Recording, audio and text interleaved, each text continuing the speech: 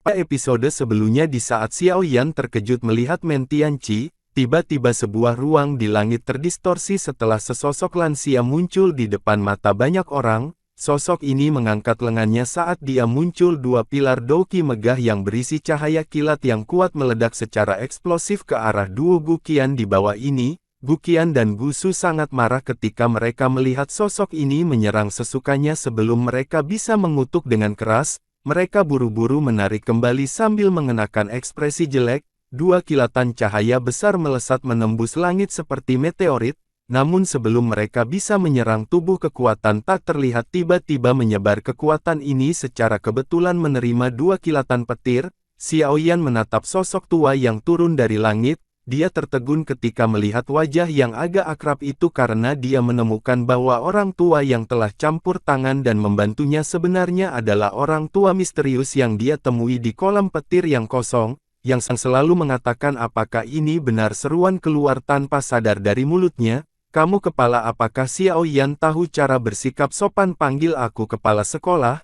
Penatua dengan nama keluarga Mang meniup janggutnya dan menegur ketika dia mendengar seruan Xiao Yan. Kepala sekolah mata Xiao Yan sedikit bingung sesaat kemudian, dia akhirnya pulih. Xiao Yan tertegun saat menyaksikan tetua dengan marga Mang di depannya. Kamu adalah kepala sekolah Akademi Jianan. Selain aku yang dulu siapa yang dipanggil Meng Tianqi? Siapa yang berani menyebut dirinya seperti ini? Jenggot pria tua itu naik sedikit. Dia tersenyum saat mengamati Xiao Yan. Setelah itu dia mengulurkan tangannya dan mencubitnya baru kemudian dia tertawa. Tidak buruk, rekan Suqian itu tidak membohongi saya. Dia akhirnya mengajar seorang siswa yang tampaknya dapat diterima. Sudut mulut Xiao Yan bergerak-gerak. Dia menatap pria tua yang tersenyum di depannya. Untuk sesaat dia merasa sulit untuk menghubungkan orang ini dengan kepala sekolah akademi dalam yang sangat misterius dari Akademi Jianan.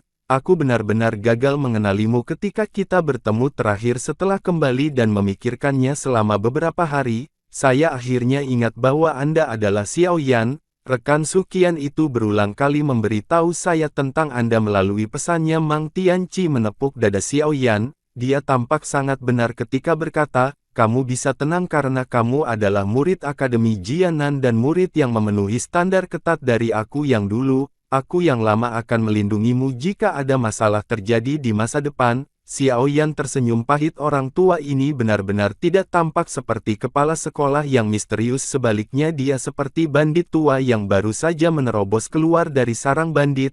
Terima kasih Tua Mang. Sun Er di samping juga pulih dari keterkejutannya saat dia berbicara sambil tersenyum. Ini masalah kecil. Meng Tianqi secara acak melambaikan tangannya. Setelah itu matanya menjelajahi Sun Er dan Xiao Yan. Dia berkata dengan senyum aneh, saya bertanya-tanya mengapa mereka membuat hal-hal sulit bagi anggota generasi muda seperti Xiao Yan. Kamu benar-benar telah menangkap bunga paling luar biasa dari klan Gu. Wajah Xiao Yan sedikit hijau ketika dia mendengar kata-kata ini. Wajah Sun Er di samping juga memerah. Tetua Mang ini bukan klan Gu Guqian yang telah dipaksa kembali oleh kilat sebelumnya. Melangkah maju dengan ekspresi marah, Guqian berbicara dengan suara berat. Pada saat ini, Meng Tianqi melirik mereka berdua tetapi dia mengabaikan mereka. Matanya beralih ke area kosong saat dia berkata, setan tua San, Anda harus berhenti mendukung kedua orang tua ini. Memerintahkan seseorang untuk menyebabkan masalah bagi anggota generasi yang lebih muda jelas menunjukkan bahwa Anda sedikit terlalu berpikiran sempit. Guqian dan Gusu mundur. Tiba-tiba ruang kosong berfluktuasi sedikit dan seorang pria tua berambut putih berjubah hitam muncul dengan cara yang aneh. Dia turun dari langit dan menangkupkan tangannya ke Sun Er yang berwajah dingin. Sebelum menatap Meng Tianqi, dia menghela nafas agak tak berdaya dan berkata, orang tua, karena kamu ingin melangkah maju aku akan memberimu wajah kali ini. Pria tua berambut putih ini mengayunkan lengan bajunya setelah mengucapkan kata-kata ini sebelum berjalan ke beberapa kursi tidak jauh. Dia tidak pernah sekalipun melirik Xiao Yan di seluruh pertukaran. Ci masih bertingkah keren untukku yang dulu. Meng Tianqi melengkungkan bibirnya ketika dia melihat punggung lelaki tua berambut putih itu. Setelah itu matanya mendarat pada Xiao Yan. Dia ingin mengatakan sesuatu tetapi hanya menepuk punggungnya. Pada akhirnya dia berkata, anak kecil, kamu cukup berani. Xiao Yan jelas tahu bahwa seseorang di klan Gu akan menemukan kesalahan pada Xiao Yan. Namun Xiao Yan berani datang ke sini. Namun Xiao Yan dapat yakin Su Qian telah mengirimi saya beberapa pesan. Semua pesan telah meminta saya untuk merawat Xiao Yan. Jika saya bertemu dengan Xiao Yan, orang-orang tua dari klan Gu masih akan memberi saya wajah di sini. Namun, Xiao Yan harus memahami bahwa Xiao Yan harus mengandalkan diri sendiri. Jika Xiao Yan ingin benar-benar membuat orang-orang tua itu melihat Xiao Yan dari sudut pandang yang berbeda. Terima kasih untuk kepala sekolah pengingatmu. Xiao Yan menangkupkan tangannya dan dengan tulus menjawab. Xiao Yan bisa mendengar nada prihatin dalam kata-kata Mang Tianqi. Setelah itu Mang Tianqi tersenyum dan berbalik berjalan ke beberapa kursi di satu sudut. Xiao Yan ragu-ragu sejenak sebelum memimpin kelompok dokter peri kecil, yang juga mengenakan ekspresi jelek. Akhirnya, mereka duduk di kursi di samping Mang Tianqi.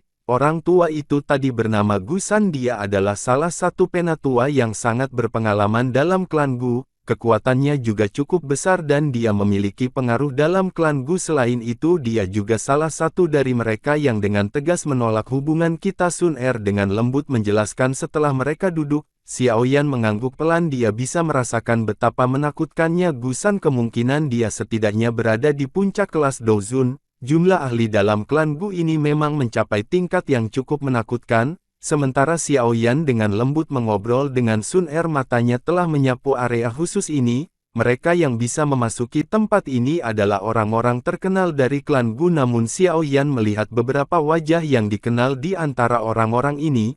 Mereka adalah kelompok Huo Xuan yang mengobrol dengannya di atas kapal. Ketika Xiao Yan menatap mereka, Huo Xuan juga tersenyum dan mengangguk padanya. Xiao Yan kembali tersenyum ke Huo Xuan. Setelah itu dia melirik ke sisi kiri panggung. Sekelompok orang berkerumun di sana. Sebagian besar orang-orang ini berasal dari generasi muda klan Gu.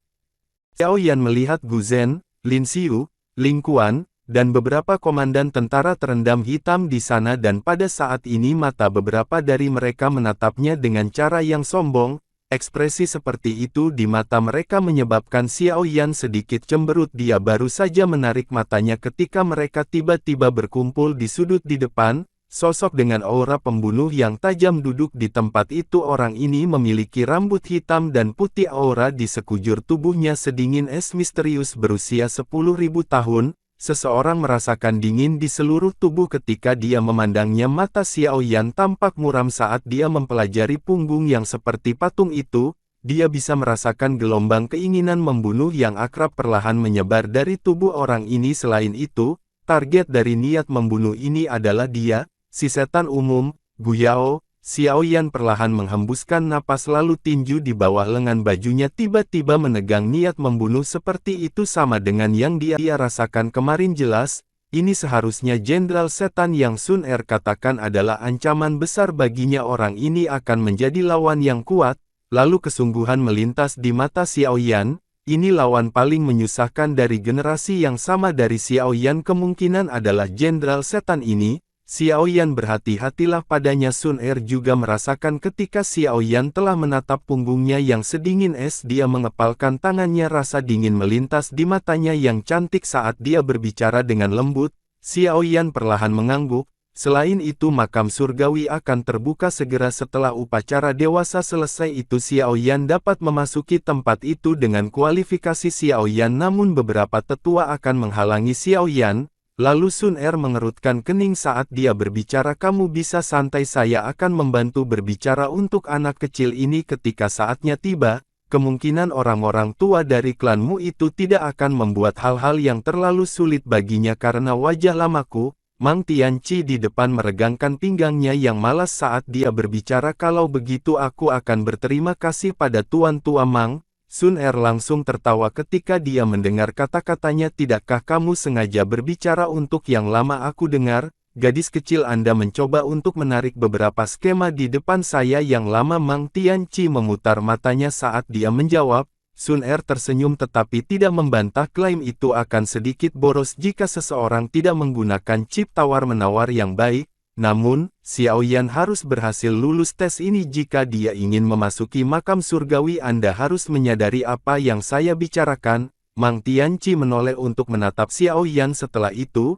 dagunya terangkat menjadi dingin kembali di depan, dia dengan lembut berkata selama Xiao Yan dapat bertahan 100 pertukaran di tangan orang itu tanpa dikalahkan maka sudah cukup untuk membungkam beberapa orang lama, masalah memasuki makam surgawi juga akan jauh lebih mudah. 100 pertukaran, Xiao Yan sedikit kaget tapi dia tidak mengatakan apa-apa. Tinju di bawah lengan bajunya terkepal lembut, ini bukan hasil yang dia butuhkan. Kemudian suara gong kuno tiba-tiba terdengar di sekitar stadion ini ketika Xiao Yan mengepalkan tinjunya, suara gong menyebar dengan sangat kuat tersebar di pegunungan yang luas ini, waktunya habis biarkan upacara dimulai. Setelah suara gong muncul, suara tenang dipenuhi dengan kekuatan besar tiba-tiba dipancarkan dari ruang kosong, suara itu mengandung tekanan yang menakutkan yang menyebabkan cukup banyak orang di stadion untuk menghirup udara dingin dengan lembut.